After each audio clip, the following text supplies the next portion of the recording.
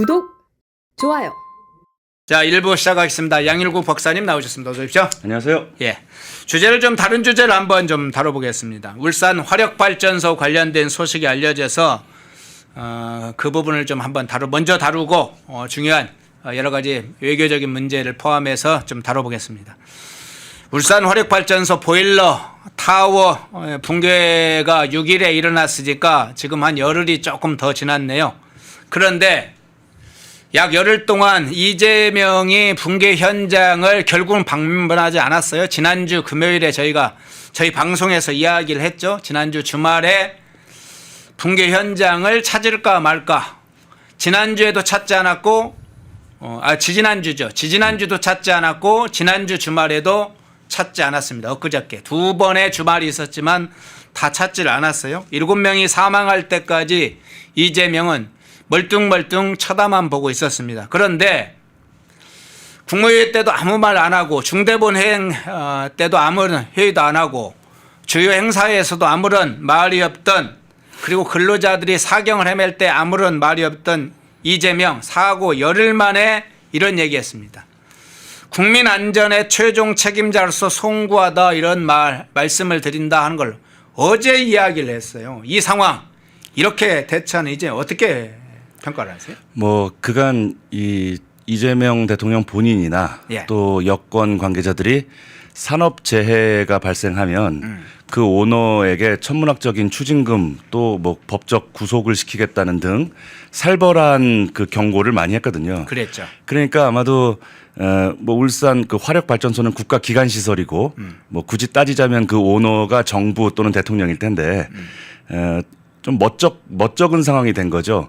이 노동자들의 그 눈을 생각해서는 좀 현장도 찾아뵙고 또 유가족들도 만나는 게 도리겠습니다만, 또 그렇게 하면 본인이 지금까지 해왔던 말이 있기 때문에 원치 않는 자아 비판을 해야 되는 상황이거든요. 아, 자기한테 화살이 또 돌아오는군요. 그러니까 아마 표면적으로는 사건 수습 내지는 이제 최종 희생자 명단이 나올 때까지 뭐 기다렸다가 추모의 메시지를 얘기했다 뭐 이렇게 변명은 가능하겠으되 그거를 페이스북에다 이렇게 몇 줄 써가지고 이야기한다는 게 좀 성의 문제일 수도 있고 또 그간 뭐 세월호라든지 또는 이태원이라든지 그러면 끔찍한 국가적인 그런 재앙에서 너무 온도차가 느껴진다.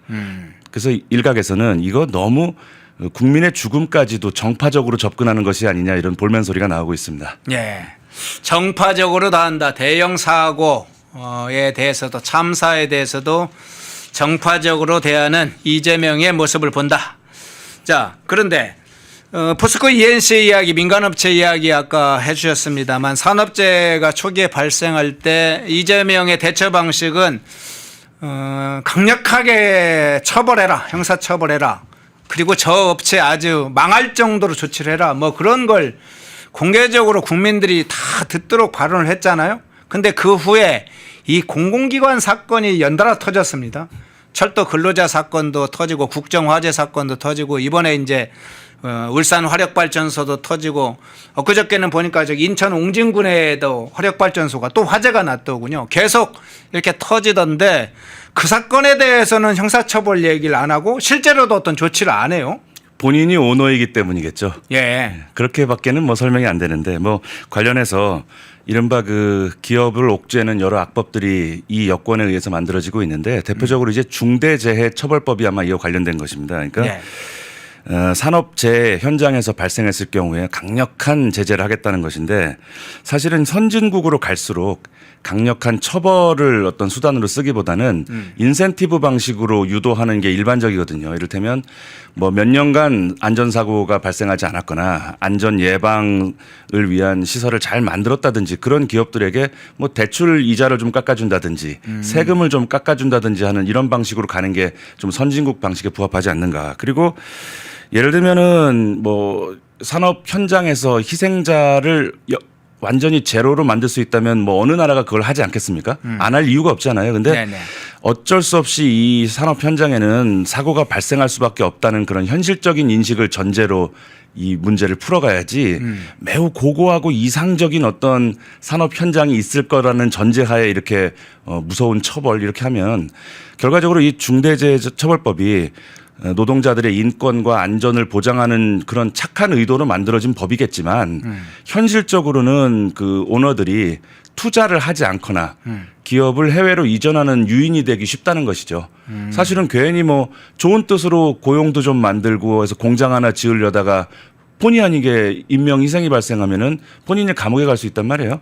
자, 그러면은 우리가 역시 기업의 입장에서 본다면은 이런 환경에서 기업을 하겠는가. 그리고 뭐 한 말씀만 더 시간을 주신다면은 예, 네. 희생자들을 추모하고 또 정부가 나서서 위로하는 것은 아름다운 일이죠. 그런데 그것에도 엄밀히 선후와 경중이 있어야 되지 않는가. 예를 들면 얼마 전에 뭐 유가족들에게 좀 죄송한 말씀입니다만 이태원 희생자들을 위해서 전국에 사이렌이 울렸는데 그 사이렌의 의미에 충분히 동의하면서도 한편으로는 그 현충일에 울려야 될 사이렌이 이 격이 맞는 것인가. 그리고 뭐 이를테면 그간 우리가 세월호나 이태원하고 뭐 이렇게 저울에 올려놓는다 그러면 좀 불편한 표현이지만은 뭐 연평해전에 우리 희생된 우리 장병들 또는 천안함 이런 것에 견주어 볼 때 이게 과연 균형이 맞는가.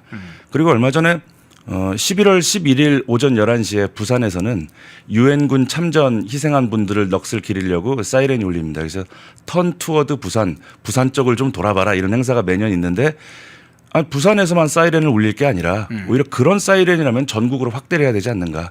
그래서 이 정부가 희생자들을 추모하는 그것마저 너무 정파적으로 접근한다는 이야기가 나오는 것이 이번에 무안공항 사고는 왜 말들이 없는가 이런 이야기 나오거든요. 그렇죠. 그에 관련해서도 의혹들도 많고 아직 해소되지 않은 부분이 좀 있죠. 네. 국민의 희생을 안타까워하고 위로하는데 절대로 정파적인 게 있어서는 안 되겠다. 다시 한번 강조드립니다. 예.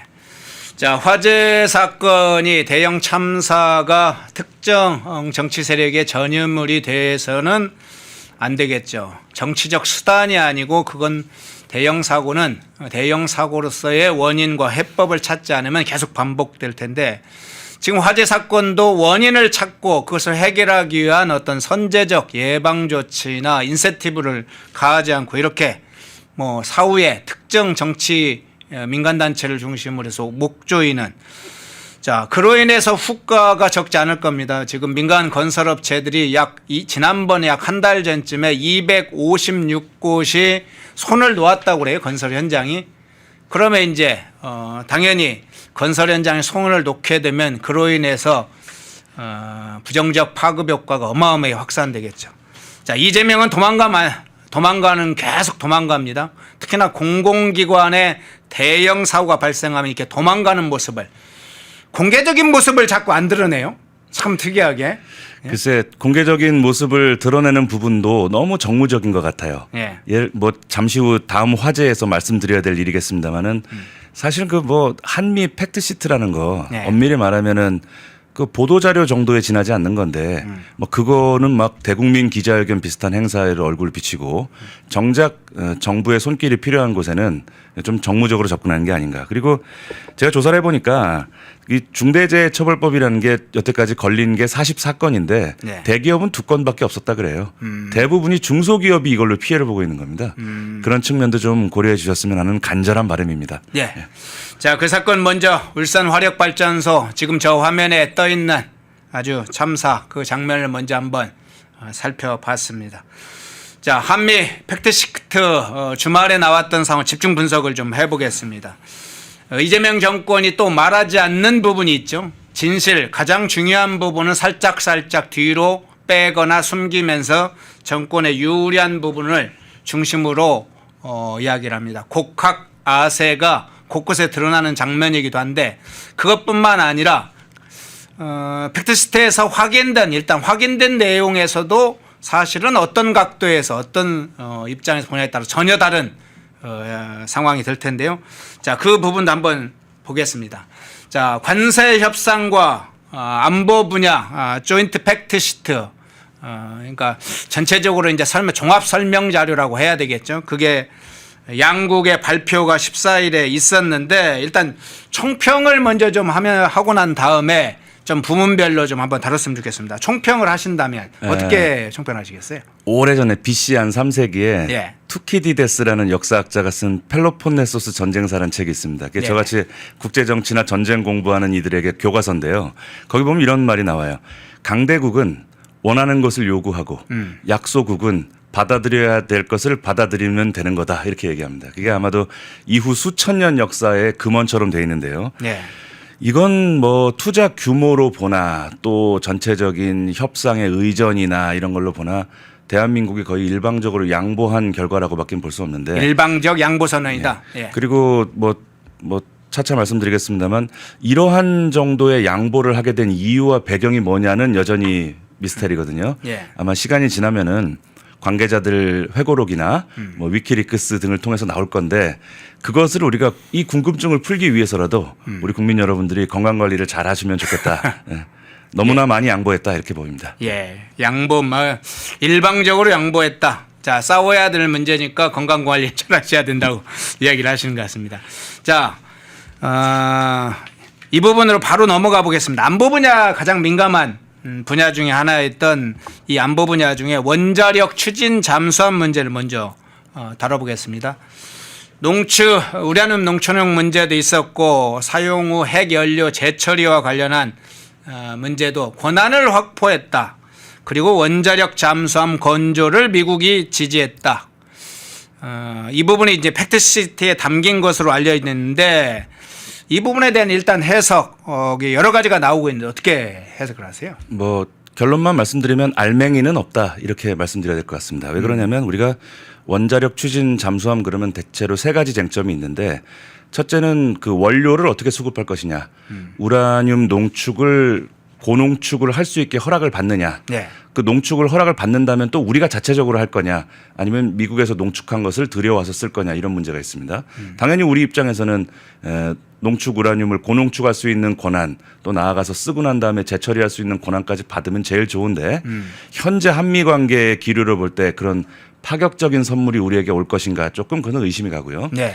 두 번째는 잠수함 건조를 어디서 해야 될 거냐의 문제인데 지금 미국이 원하는 대로 필리 조선소에서 할 경우에는 그 조선소 자체의 인프라까지 우리가 만들어줘야 되는 부담이 좀 생깁니다. 그러니까 우리나라에 이미 옥포 조선소 같은 좋은 시설이 있기 때문에 가능한 잘 협의해서 우리나라에서 만들면 좋겠습니다.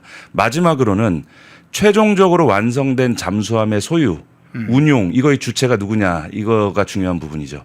예를 들어서 잠수함은 뭐 한국 군대, 미국 군대 절반씩 운영하자고 할 수도 있고 여러 가지 경우의 수가 있어요. 그리고 해외에서 필리 조선소에서 건조를 했을 경우에 그걸 이제 어떻게든 우리나라에 들여와야 되는데 그걸 구매하는 형식으로 가져오는 건지 한미 동맹의 어떠한 우호적인 차원으로 주는 건지 그런 부분도 나중에 큰 쟁점이 될 건데 이번 팩트 시트에는 제가 말씀드린 세 가지 주요 정점에 대해서 구체적인 일정이나 구체적인 방향이 명시된 바가 없고 그저 뭐 상호 최선을 다해 협력한다 뭐 이 정도 선에서 물론 첫 발자국을 뗐다는 의미는 있을 겁니다. 하지만 손에 잡히는 알맹이는 없다. 이렇게 보는 게 객관적이지 않을까 싶습니다. 예. 지금 그 말씀하시는 그러면 이제 연료 부분에 해당되는 것에 관련된 부분을 좀 여쭤볼게요. 정부는 이번 이제 한미 당국이 협상한 것 중에 우라늄 농축이나 사용 후 핵연료 재처리 문제에 대해서 미국이 뭐 승인했다, 인정했다 이런 것을 굉장히 높게 지금 평가하고 있는 상황인데 사실은 그 큰 틀에서 승인했다 여기만 나와 있지 구체적으로 우라늄 농축에 관해서 세부적인 내용, 사용 후 핵연료 재처리에 대한 세부적인 내용 이거에 대해서는 아무런 합의 사항이 지금 공개되지 않고 있는데 지금 알려진 바로는 미 에너지부 그리고 미 국무부, 미 전쟁부 이제 국방부에서 전쟁부로 바뀌었으니까 여기 내부적으로 미국의 주요 부처들이 구체적으로 들어가면 상당히 반대하는 기류도 적지 않고 신중한 입장이 상당히 있다고 그래요. 더군다나 미국 의회 승인 문제를 절차를 거쳐야 이런 것들이 완료가 되기 때문에 상당히 어렵다, 쉽지 않다 이런 이제 분석도 있는데 어떻게 보세요? 그 정확한 지적이시고요. 예. 지금 거기에서 한 가지 빠진 중요한 그러니까 추후에 우리의 그런 부분을 반대할 수 있는 중요한 요소 중에 하나가 핵 확산 금지 조약에 가입해 있는 다른 나라들이 반발할 수 있습니다. 예. 사실은 그 문제가 우리한테는 제일 민감할 수도 있죠. 그래서 결론만 말씀드리면 우리가 앞으로 고농축 우라늄을 원료로 하는 핵 추진 원자력 잠수함을 자유롭게 운용할 수 있게 되기까지 지금 우리 선배님이 열거하신 그 기관들의 협조를 일일이 원바이원으로 다 구한다? 그건 10년, 20년이 걸려도 어려울 겁니다. 그럼 결론은 한미 간에 한미동맹, 한미우호 정신에 입각해서 원큐에 타결하는 정치적인 타결 외에는 방법이 없을 거다. 이게 아마 정답이 될 것 같고요.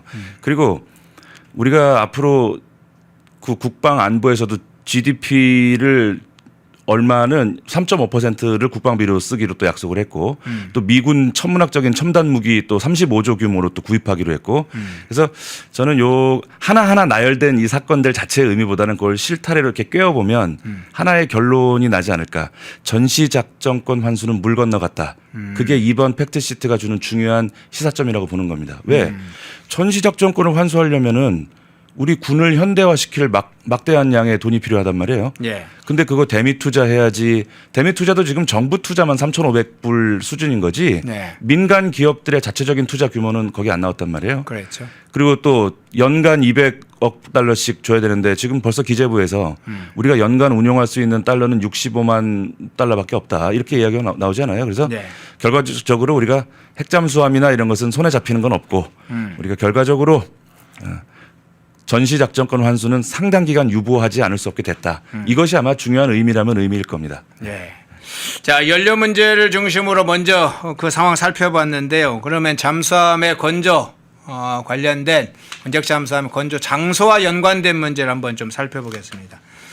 자, 엊그저께 이제 중요한 그 인터뷰가 소개가 됐던데 그 소개 내용에 이런 내용이 있더군요. 이제 호주의 사례가 있던데 호주와 영국 일종의 이제 미국과 안보 동맹인 오커스 동맹, 이 오커스 동맹을 체결하고 호주의 원자력 잠수함을 제공하기로 미국이 2021년도 9월에 이 오커스 체결 이후에 약속을 했는데 실제 이것을 협정을 서명하기까지만 해도 3년이 걸렸고 이후에 의회 승인 절차를 걷는데도 매우 복잡한 단계를 거쳤다는 소식들이 알려졌는데 이 관련해서 이제 이 부분도 그렇지만 원자력 추진 잠수함의 건조 장소와 관련된 문제도 여러 가지로 지금 법적으로 걸려 있지 않습니까? 그 부분은 어떻게 보세요? 그러니까 여러 가지 경우의 수가 있을 수 있죠. 예.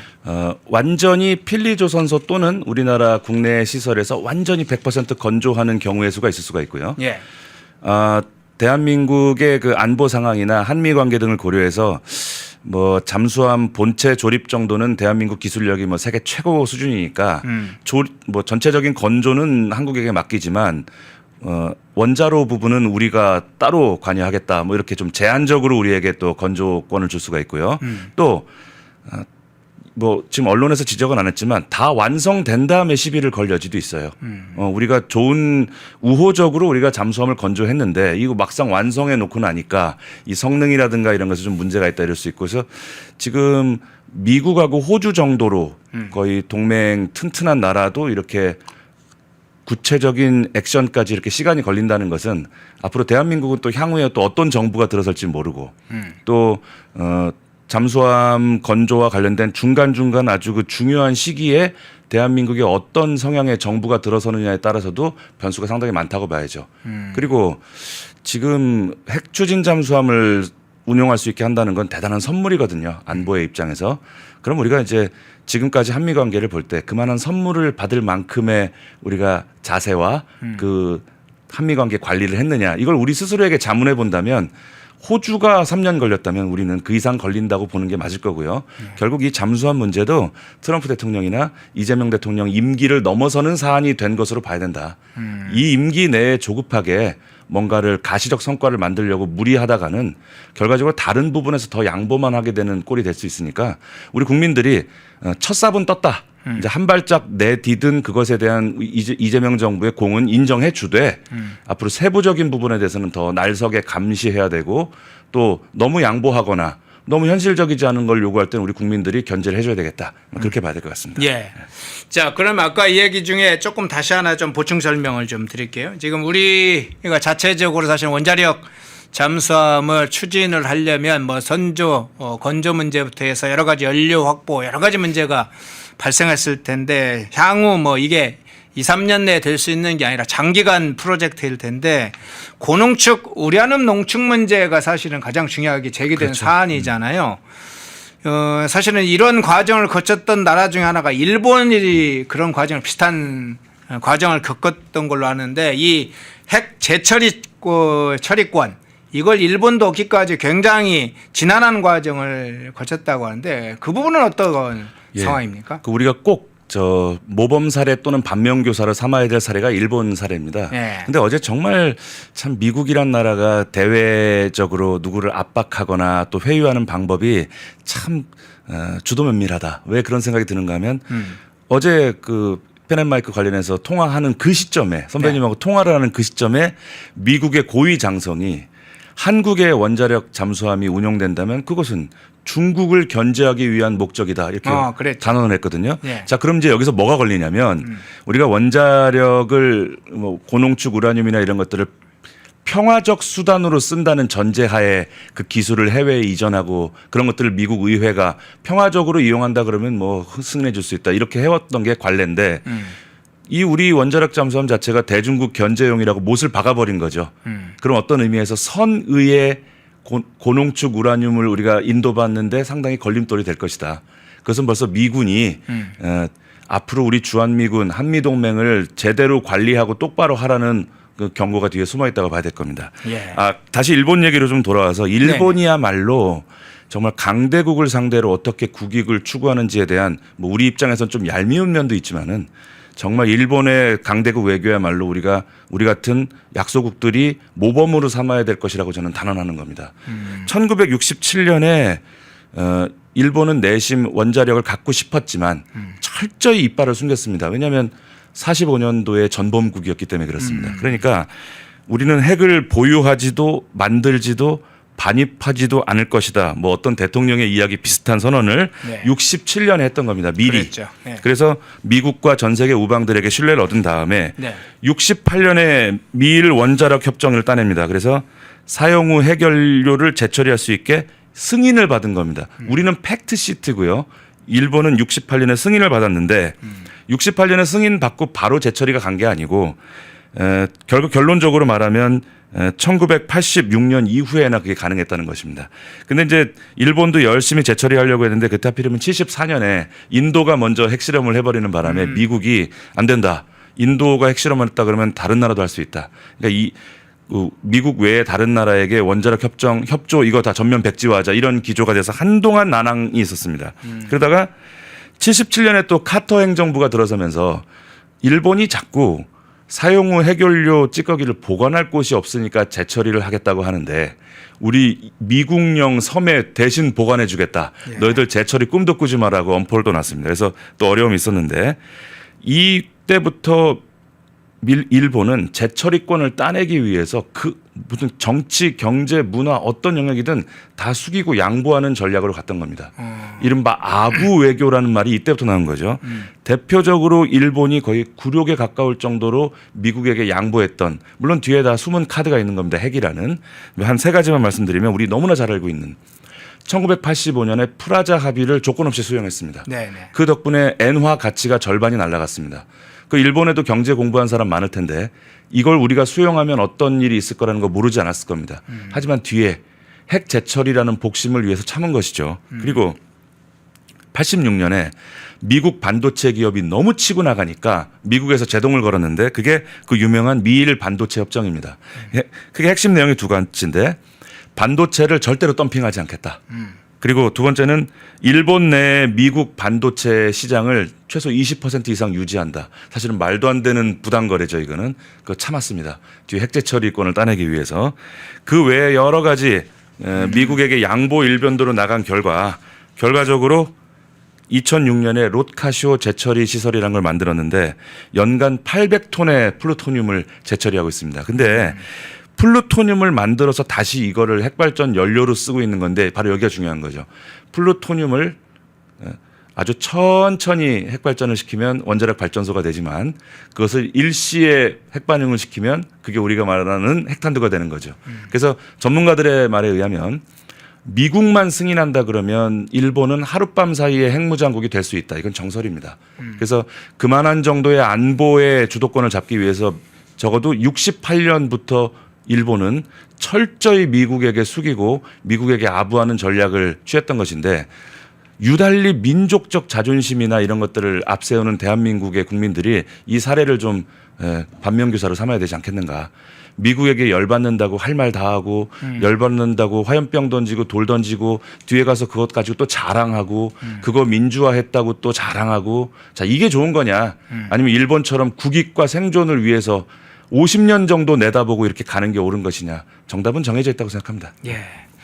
사용 후 핵연료 재처리 이 문제를 권한을 받기 위해서 지난한 거기에는 플라자 합의의 이면에도 그게 있었다는 또 사실도 또 이야기를 해주셨네요. 사실은 이제 긴 시간 60년대 후반부터 70년, 80년 긴 기간 동안에 그 과정을 거쳐서 일본이 결국은 얻게 되는 핵 재처리에 관한 권한 그 부분을 좀 자세하게 설명을 해주셨습니다. 우선 안보 분야에서 원자력 추진 잠수함 문제를 중점적으로 좀 먼저 다뤄봤고요. 자, 경제 분야로 한번 넘어가 보겠습니다. 관세 협상 분야로 넘어갈 텐데, 자, 이 부분부터 한번 좀 따져봐야 될 것 같습니다. 이 이재명 정권은 대미 투자, 현금 투자가 200억 달러로 줄었다 이런 점을 강조하는 것 같아요. 굉장히 많이 그 부분을 강조하고 있습니다. 실제로는 총 3,500억 달러이고 그 중에 직접 현금 투자가 2천억 달러이고 1,500달러는 지금 뭐 조선업 협력 분야에 쓴다는 건데 그것도 직접 투자와 보증이 섞여 있는데 상당한 부분 현금 투자가 추가될 가능성이 적지 않아 있습니다. 근데 이제 어쨌든 이재명 정권은 미국이 초기에 요구했던 3,500억 달러에서 2천억 달러로 43% 축소했다 이렇게 공개적으로 발표합니다. 누가 들으면 일본은 5,500억 달러고 한국은 2,000억 달러 정도 되는 것으로 이렇게 일종의 착시 효과 사실상 속임수 같은 걸 쓰는 일이 지금 벌어지고 있는데 이 부분은 여기다 이제 LNG 부분도 있잖아요. 1,000억 달러. 이 부분은 종합적으로 지금 이재명 정권이 하는 행태에 어떻게 사실관계를 보고 계세요? 그 일본이나 EU의 그 GDP나 외환 보유고 대비 투자 금액을 뭐 많이 이야기를 하는데 이건 정부가 부담해야 될 것을 슬그머니 기업으로 전가시키고 전체적인 투자금을 깎았다고 호도하는 거죠. 예. 예를 들면 지금 3,500억 달러 중에서 이제 2천억 달러는 아마 10년 이렇게 분할 납부하는 형식인데 현금입니다. 그다음에 1,500억 달러는 이제 조선협력이라고 돼 있는데 예. 아니 내가 묻고 싶은 것은 조선협력이라면 우리나라 노동자들 노동 인건비 같은 게 중심이 될 것 같은데 우리가 정말 수많은 사람들이 다치고 고생해가면서 배운 우리의 조선 기술 농축된 그거를 그냥 주는데 그거는 그 2천억 달러 현금하고 뭐 다른 거냐. 오히려 현금보다 더 값진 걸 우리가 더 주는 거 아니냐 이렇게 묻고 싶은 거고 아니 그렇게 노동자들 인권을 외치는 이 정부가 조선소의 그 막 속칭 그 몸으로 때우는 1,500불을 이렇게 별것 아니다. 우리의 협상 노력으로 그건 별것 아닌 것으로 현금 대신 예. 별것 아닌 것으로 줘도 됐다. 뭐 이렇게 얘기하는 거에 상당히 저는 조금 좀 자존심이 상하는 거죠.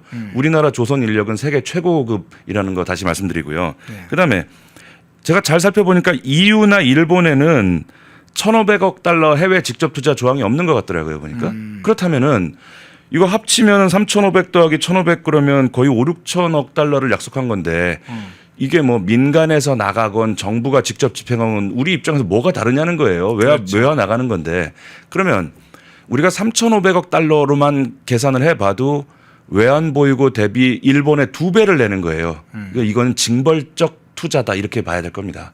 근데 이것을 국민들에게 솔직히 한미 관계가 다소 좀 난항이 있고 우리 정부에도 좀 미진한 부분이 있어갖고 다른 선진국 대비 우리가 좀 많이 내고 있다. 하지만 우리 정부가 열심히 노력해가지고 그 투자를 통해서 소기의 성과를 만들어서 반드시 국민 여러분께 보답하겠다. 이렇게 성명이 나와야지 우리의 노력으로 많이 깎았어요.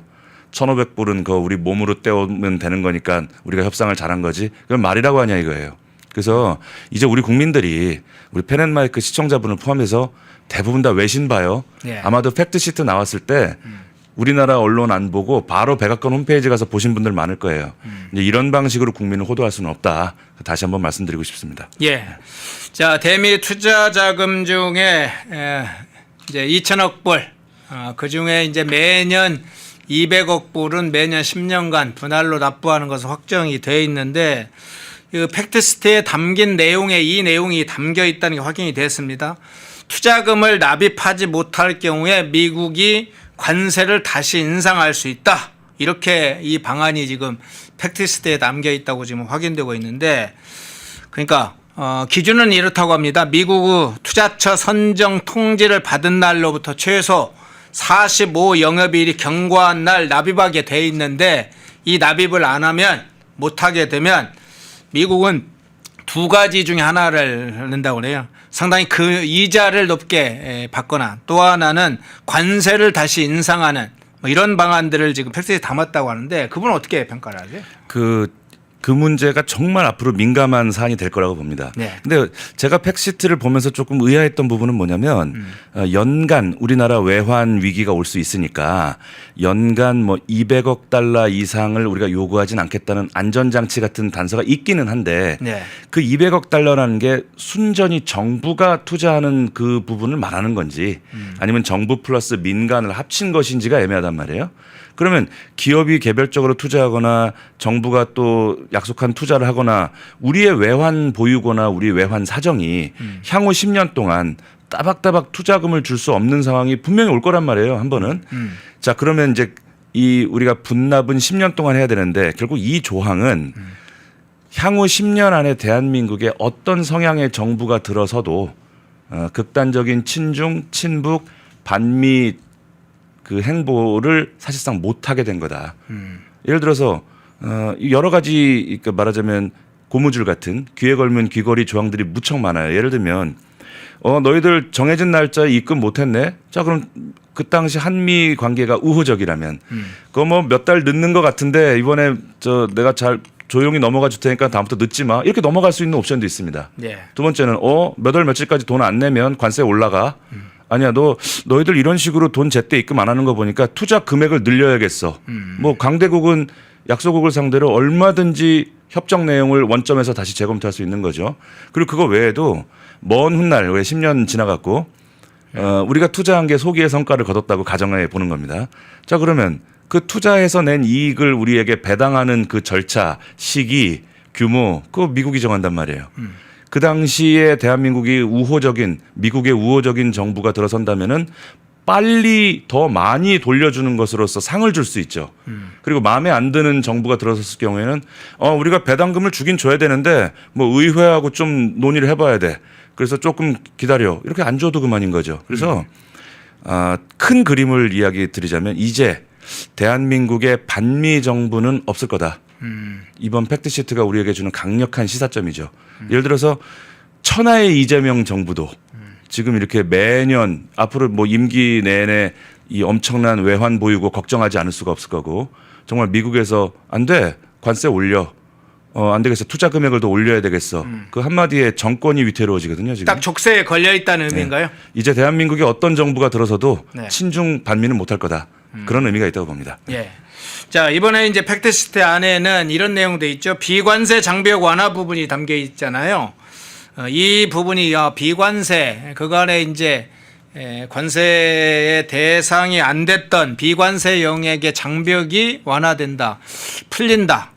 자, 그래서 여러 예가 나와요. 농업 분야, 식품 분야, 디지털 서비스나 온라인 플랫폼 분야 여러 예가 나오는데 이 부분은 어떤 함의가 있다고 보십니까? 저는 이 부분을 보면서 네. 허탈한 웃음이 좀 나온 게 우리가 대미 투자금, 국방 안보 천문학적인 금액을 약속했는데 네. 이것까지 털리는구나 이런 느낌이 드는 거예요. 사실은 네. 그만큼 우리가 양보했으면 사실은 뭐 미국산 원예 작물이라든가 온라인 플랫폼 규제 정도는 앞으로 그냥 상호 우호적으로 협력한다 정도로 얼버무렸으면 좋았을 뻔했는데 결론은 이겁니다. 앞으로 미국 농산품을 대한민국에 수출하는 과정에서 US 데스크라는 저승사자 같은 기구를 하나 두겠다. 왜? 미국에서 수출 좀 하려고 하면 뭐 검역 당국이 나서갖고 안 돼 검사 좀 해봐야 돼요. 뭐 유전자 조작 식품의 위험성이 아직 드러나지 않았으니까 좀 시간을 좀 주세요. 자꾸 이런 식으로 우리가 좀 어떤 검역 주권을 명분으로 막아왔던 부분들. 네. 왜냐하면 US 데스크가 정상 작동하면은 그렇게 막기가 어려울 겁니다. 왜냐하면 이제 너희들 분명히 그때 한미 우호적으로 저 관세 15% 줄여주는 조건으로 US 데스크 만들었는데 우리 말을 안 들어? 좋아, 그럼 관세 부분 다시 협의해. 이제 모든 게 다 거미줄처럼 연결된다는 거예요.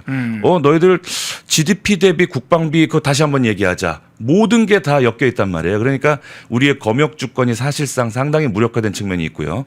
그리고 지금 저 구글, 넷플릭스 이런 그 다국적 기업들이 들어와서 우리나라 망을 쓰잖아요. 네. 우리나라 인터넷 망으로 엄청난 돈을 벌고 있는데 이게 세금 안 내려고 하거든요. 그런 부분에 대해서도 온라인 플랫폼 규제를 하지 않기로 큰 틀에서 우리가 합의해줬기 때문에 얼마 전에 국정감사 때 그 넷플릭스였나 구글 관계자가 와서 식은땀 흘리는 장면이 보도가 됐는데 네. 아마 내년 국정감사 때는 그분들이 좀 당당할 거예요. 뭐 한미 간에 뭐 큰 협의가 있었던 것으로 알고 있습니다. 이러면 그만이거든요. 그래서 야, 여기까지 양보하고 털리고 오는구나. 이래놓고 잘된 협상이라고 이야기하는 그 공무원들의 아마 마음속에 양심이 좀 찌릴 겁니다. 네. 이건 막았어야 했다 이렇게 봅니다. 아, 그렇군요. 자, 이재명이 직접 잘된 협상이다, 방어에 성공한 협상이다, 막 이런 식으로 지금 일종의 여론전을 펴고 있는데 대미 투자 수익에 관한 부분도 지금 그런 상황에 처했습니다.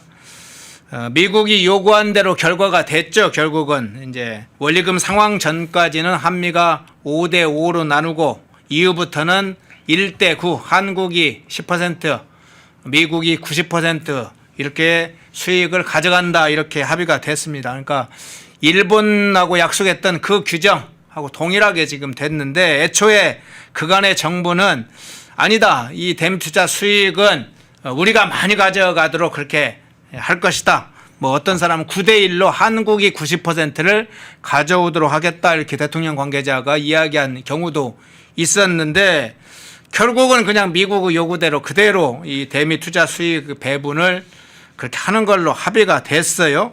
결국은 이제 이것 자체만도 실패한 협상인데 뭐 실패를 하지 않고 성공한 협상, 방어적으로 잘했다 이렇게 성공을 하는 건데 이것뿐만 아니라 향후에 이제 투자 분야도 좀 문제입니다. 투자 분야도 우리가 손해보는 일은 절대 없을 거다. 상업적 합리성 뭐 주장하면서 주로 우리가 이득을 많이 얻을 수 있는 곳에 그렇게 투자를 하도록 하겠다 이렇게 주장하는데 이 두 부분은 어떻게 봅니까?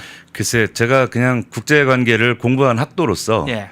이재명 정부 들어서 한미 관계의 그 분위기로 볼 때 9대 1이요? 이건 애초부터 이것은 물론 이제 우리가 꿈을 크게 갖는 것은 좋은 일입니다. 그러나 애초부터 그 9대 1이라는 것이 실현이 가능할 정도였다면 이렇게 천문학적인 대미 투자금을 두들겨 맞지는 않았을 겁니다.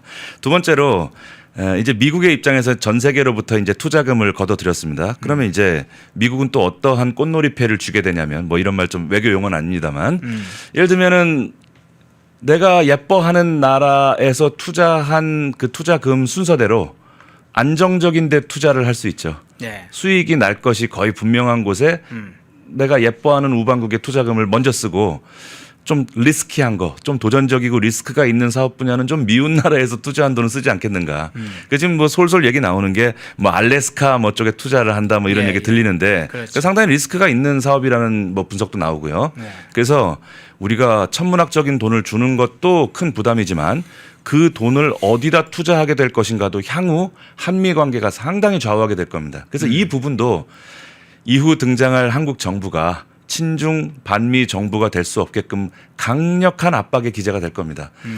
예를 들면 뭐 한미 관계가 크게 손상될 만한 일이 생겼다. 그럼 외교적인 카드로 그래 쭉 보니까 너희들이 투자한 그 돈 말이야. 그 알래스카에 투자해야 되겠어. 또는 너희들이 투자한 그 돈 말이야. 그 아프리카 ODA에 투자를 하면 어때? 뭐 한 100년 뒤엔 수익이 날 거야. 이렇게 나오면 어쩌냐는 거예요. 그래서 또 이거 일각에서는 또 그럽니다. 우리나라 그 정부 협상단 관계자가 우리가 앞으로도 그 투자하는 데 있어서 주도적인 위치를 가질 거고 또 수익이 안 날 경우에는 우리가 뭐 항의를 하거나 뭐 투자를 철회할 수도 있다 뭐 이런 얘기를 하는데 네. 자, 제가 묻겠습니다. 그게 가능하겠냐는 겁니다. 우리가 준 돈 투자하는 데 시비 걸고 왜 그 수익이 안 날 것 같은데 왜 거기다 투자하냐고 항의를 했다가 다 걸려 있는 거죠. 그래? 그러면 국방비를 좀 올리면서 다시 얘기할까? 철강 관세 아직도 50%지 한 60% 해볼까? 이제 모든 게 다 족쇄라는 거예요. 그래서 아마 우리가 정상적으로 대개는 돈을 댄 투자자가 갑이고 투자를 집행하는 쪽이 을이지만 아마 이번 경우는 우리가 을이 되지 싶은 그런 걱정이 앞서는 겁니다. 예. 자, 한미 팩트 시대를 둘러싸고 지금 원자력 잠수함에 담겨 있는 한미 또 관세 협상에서 조목조목 나타나고 있는 이재명 정권이 사실은 숨기고 싶은 이야기, 말하지 않는 그 부분을 좀 같이 포함해서 좀 다뤄봤습니다. 이제 마지막 이슈 한번 좀 짧게 좀 다뤄보겠습니다. 우크라이나가 시베리아 횡단철도 폭발했다, 이 소식이 지금 알려졌죠. 앞에서 오프닝 멘트에도 좀 말씀을 좀 드렸는데 이 러시아 내륙에 아주 깊숙한 지역까지 지금 타격한 사례가 됐어요. 어떤 차원에서 국제정치학 차원에서 그렇고 네. 짧게 정리하면은 지금 러시아 우크라이나 전쟁이 휴전 내지는 종전 국면으로 곧 들어갑니다. 예. 그러니까 지금 최후의 이 협상에서 우위를 점하기 위해서 우크라이나가 이른바 드론이라는 또는 드론과 특작부대라는 비대칭 전력을 이용해서 휴전될 때 우리가 조금이라도 영토 더 가지려고 처절하게 싸우는 거죠. 이건 마치 6.25 때 우리가 강원도 쪽이 휴전선이 올라갔잖아요. 네. 유엔에서 판문점에서 휴전 협상한다는 얘기 듣고 나서 군인들이 더 용감하게 싸운 겁니다. 지금부터 먹는 땅 우리 거다. 거의 그런 처절함이 좀 보이는 장면이고 지금 북한이 아시다시피 공병이나 특수부대 중심으로 해서 지금 러시아에 많이 파병을 했는데 이런 식으로 지금 전선이 아닌 내륙까지 공격하는 일이 일상화되게 되면 북한군의 희생도 불가피할 것이다. 다만 이제 이 전쟁이 쉽게 끝나지 않는 이유는 러시아하고 우크라이나 모두 절대로 양보할 수 없는 사활적인 이익을 걸고 싸움을 하고 있기 때문에 그렇습니다. 러시아 입장에서는 우크라이나가 나토에 가입하면 미군이 옆 나라에 들어오는 것인데 그건 전쟁을 통해서도 막아야 되는 거죠.